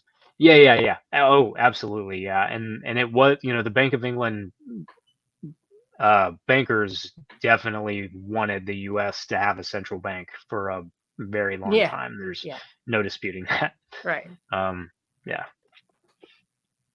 Okay. Yeah, I think it was so that the U.S. could basically organize its own bailouts, kind of thing, um, so that the Fed could bail out the banks rather than the Bank of England having to send gold to the U.S. And there's another motivation there, like we were talking about in the 70s earlier, the desire to maintain gold and not have to ship it anywhere. That's something that's a thread that runs through government, Mm, like monetary policymakers and the treasury departments, and in individual banks. There's a desire to only have to ship gold when you absolutely have to and minimize how many times you run into that situation. Absolutely, like they don't want to move gold. They really would prefer to do everything on a ledger. I think that's the case for all bankers you're right. throughout history. Right. Um, so we get up to the end of World War II. Um, the US has again supplied the European war effort to a great deal. Most of Europe is, especially France and Britain, are in a huge deal of debt to the United States. And the United States the United States doesn't write off France and England's debt, and it's really funny because they don't have much of a say in how much reparations are going to be owed by the Germans. You know how the reparations debt for the Germans was just huge, and how that basically ended in hyperinflation and crashed the German economy and probably led to the rise of Hitler and all those things. Um, the United States didn't have much say, and didn't care to have much say in what the debt burden of Germany was going to be. But they did look at Britain and France and say, "We understand that you have your problems. We still would like our money back, please." And so when you put those two things together, where are Britain and Germany or where are Britain and France going to get that money? They actually end up getting it from Britain, or excuse me, not Britain. I'm getting all these countries mixed up. They actually end up getting those dollars in the form of reparations payments from Germany. So rather than demanding gold marks, they'll demand dollars, and then they'll use the dollars to pay off their own debt to the United States.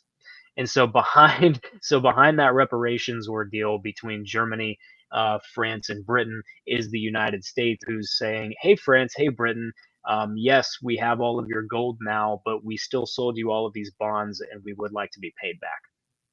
And so that's what happened between Mm. World War I and World War II. Um, at the end of World War II, the Allies are once again in debt to the United States. The Fed has printed a huge ton of money in order to pay for the war. They were much more involved in paying for World War II than they were in World War I. But the interesting thing about the United States this time is they accumulated a lot more gold throughout the war than they did in World War I. So the US ends up having 2/3 of the monetary gold stock of the world at the end of the war. Wow. Yeah. And so when you think about it this way, it's like, did Bretton Woods really decide that the dollar was the reserve currency, or did the It's dollar like the become fact reserve that they currency had all the because gold. they had all the gold? They They literally were had the the reserve reserve. currency, whether you Right. know, you don't have to even call it that. Exactly, exactly. So, yeah. So that's where we're at the end of World War II. And when you think about it that way, it's like, okay, it's pretty logical. If I'm an international banker, an international investor, the US looks like a very safe to be. The US dollar looks like a safe place to be. It is still ultimately convertible to gold, even though I can't do it. So the thing about the gold standard after World War II is that individuals in the United States cannot take dollars to the treasury and say, "I would like gold, please." That all ended in 1933 when FDR confiscated everybody's gold on, I think it was May Mhm. 1st. And then they confiscated it for $20 an ounce, 2067. Is that So when they he pay out. repealed prohibition? Little Oh distraction shit, I there. don't know. I think Maybe. maybe. Yeah, maybe so. I actually don't know. Actually, I think it might be. yeah. So they bought gold from the American people for 2067 an ounce, and then less than a year later, in 1934, they turn around and start selling gold to the rest of the treasury turns around and starts selling gold to the rest of the world for $35 an ounce. So Mhm. put over a barrel, people were. Um, but yeah, so the dollar price of gold from 1790, the founding, all the way up until 1934 was 2067, bar a couple periods of non-convertibility there. Abraham Lincoln took the U.S. off the gold standard, like we talked about, but it was 2067 an ounce for over 100 years, and then it gets devalued to $35 an ounce in 1934, and that is the gold price that persists into the era after World War II. $35 an ounce all the way up until 1971. So time Now, out. yeah. Was there inflation during that time? Oh Was yeah, gold there getting was cheaper? But you just couldn't buy um it. So it's like a ruble in the USSR. Like, it doesn't matter what you call the Well, price if you can't pay for it. dollar holders, gold got more expensive, but they couldn't not like they could get it. But I'm just saying for the years that it was $30 or $35, that was Mhm, decades, right? mhm. Decades. Yeah, it was, from 1934 to 1971, so almost 40 Okay, it's like years. 40 years. So during that time, if there was any inflation whatsoever, gold was getting cheaper to dollar holders because you would have if your wages doubled because inflation doubled, then all of a sudden you're making $60 an hour or $60 Oh, every yeah, day, yeah, yeah, yeah. Yep, okay, I see what you're saying, but you yeah, just yeah, couldn't so buy it. So it wage doesn't matter right, what you call it. yeah, Okay. yep, So yeah, that says sorry, to it took me me that that number means nothing. yeah, yeah, that it took me a Who while paid that? to Yeah, figure to out what understand you were saying, yeah, but I sorry, totally get I it explained it now, right. and But yeah, that makes but sense. but who so I would posit that not a single transaction took place at $35. Central banks, right? So what the Oh, Bretton Woods so the system said, central banks were getting gold for half price or 10th price or whatever. So they right? So, like, they could, that's the rub. That's why it yeah. was So totally holding it steady is like was a gift to them. yeah, so what Bretton Woods said was actually the main point of Bretton Woods was not to technically redesign the international monetary system or like decide what the reserve currency was going to be. The first section of Bretton Woods founds the IMF. Ugh. Okay, so it was the International Bank for Reconstruction and Development back then. Um, That's section one of Bretton Woods. what do you think about So the IMF and the redevelopment bank? Like, I'm like, gag me with a spoon, but that is yeah, again a flyby thing because I just gag me think with a shotgun. okay, all right. So I just no, because I don't know, like I just want a sanity check. Like Yeah. it seems like they just trap you. Whatever we can get into that. I'm gonna write that. That's gonna be in volume three. Also, Part 2 for sure. Yeah, because we're going to talk about the good, less developed countries' debt crisis, the Mexico, Argentina in the excellent, 80s, and how excellent. yeah how all That that I do remember. happened. Okay, Yeah. So yeah, so Bretton Woods it establishes the IMF, but it actually gives the member countries. There's 44 member countries to start out with, and it doesn't actually say you have to peg to dollars, and it doesn't say that you can't have your own gold standard, right? It doesn't say that, but what it does say is that each member country is to come up with a peg either $2 or two gold, and after 1958 the US dollar will be convertible into gold. So if you're a foreign, again, by foreign central banks only. That's why Murray Rothbard calls this a gold exchange standard. It's not a real gold standard because households and businesses can't turn in their yeah, paper currency for gold. It's only the central banks. And so whenever the central banks do decide to convert, there's a political game there, right? So Germany is friendly with the Fed, the Bundesbank is friendly with the Fed, so they're not going to call to redeem their dollars for gold as much. The Bank of England is friendly with the Fed, so they're not going to call the Federal Reserve and try to get gold out of them as much. It's countries like France who went rogue and decided, I think it was 1960, I think it was 1960. No, no, no. Maybe it was 1971.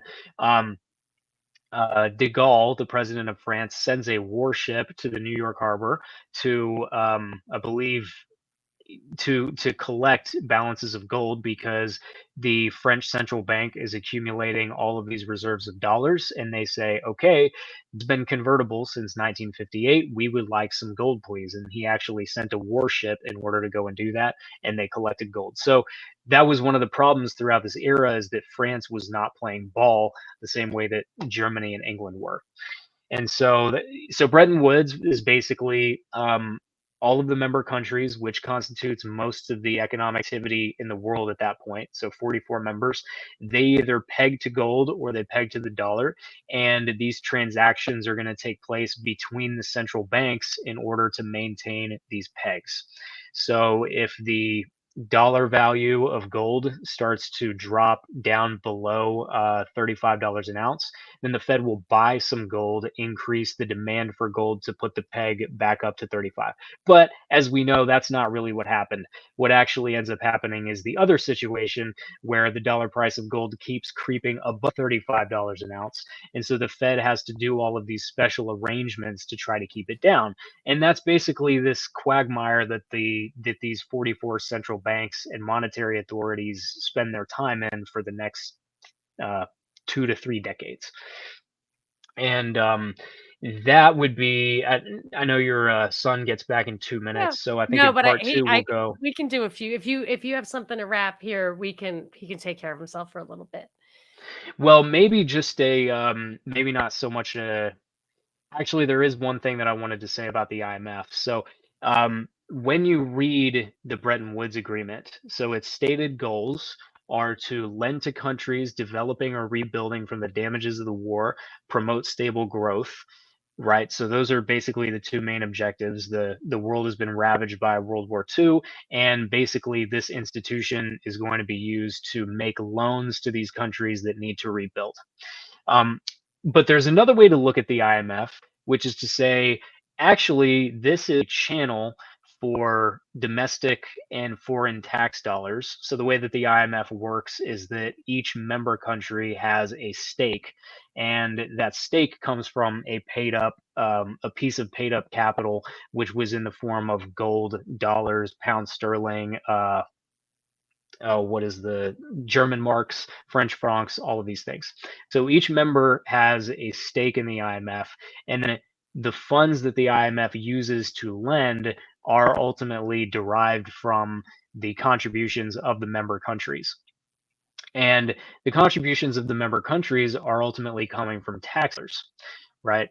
So the way that I look at the IMF is that it's a way of channeling tax dollars from all of the member Oh. countries to uh, private institutions or government institutions that can't pay back their loans.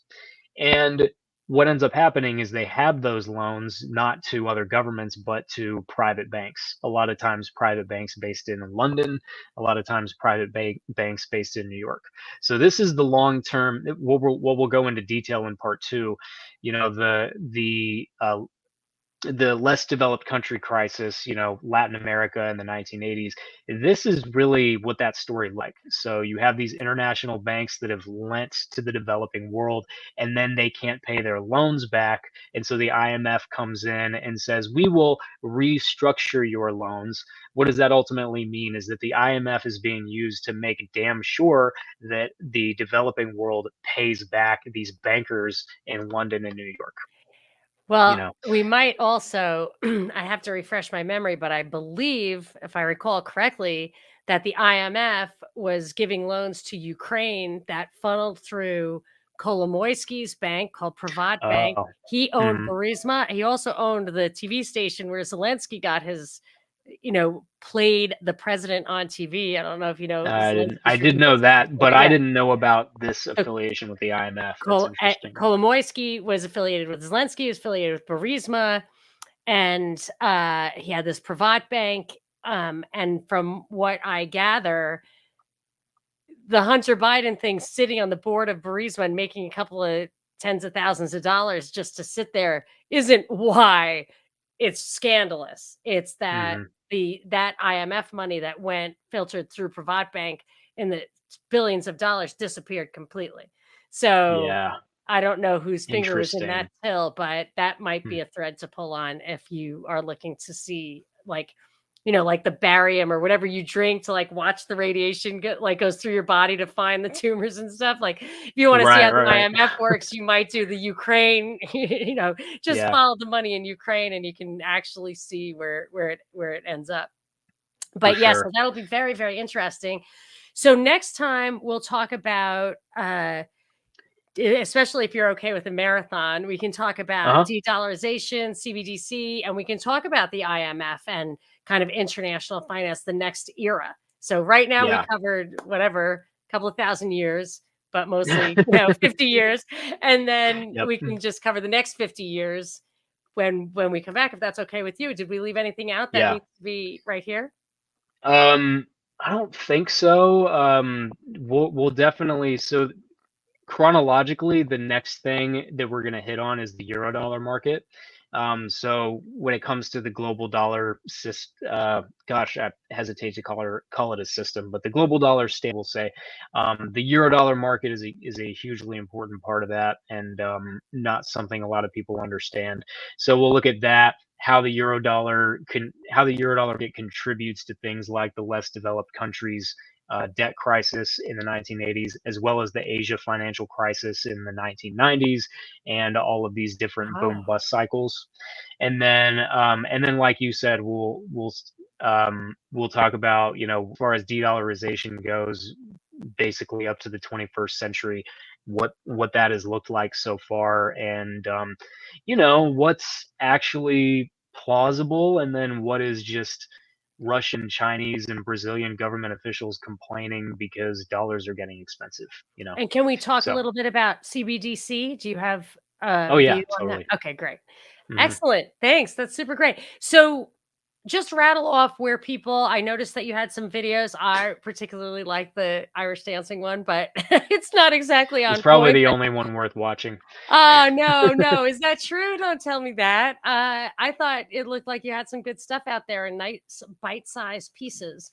So, would you like to direct people to any of your work or your, if they want to contact you with questions or to see how, however you make your living, Yep.